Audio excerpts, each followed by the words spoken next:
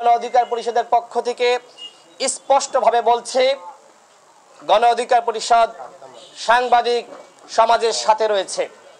যে কোনো সাংবাদিক তার পেশাদারিত্ব দায়িত্ব পালন করতে গিয়ে যদি কোনো ধরনের হয়রানির শিকার হন আমাদেরকে জানাবেন, আমরা ইনশাআল্লাহ আপনাদের পাশে দাঁড়াবো।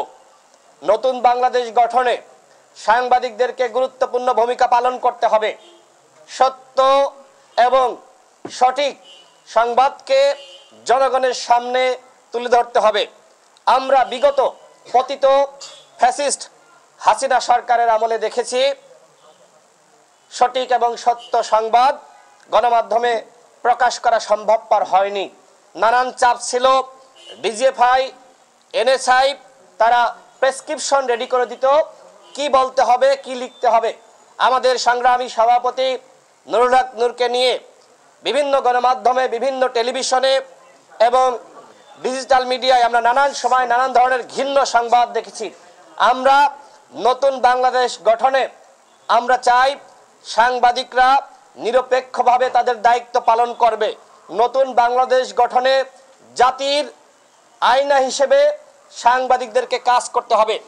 আপনারা জানেন 2018 সালের যে ঐতিহাসিক কোটা সংস্কার আন্দোলন, সেই আন্দোলনের আহ্বায়ক ছিল আমার পাশে বসা জননেতা হাসান আল মামুন, এবং এরপরে যে ডাকসু নির্বাচন হয় সেই নির্বাচনে সহসভাপতি অর্থাৎ ভিপি নির্বাচিত হয়েছিলেন কোটা সংস্কার আন্দোলনের প্যানেল থেকে বর্তমান গণ অধিকার পরিষদের সংগ্রামী সভাপতি জননেতা নুরুল হক নূর।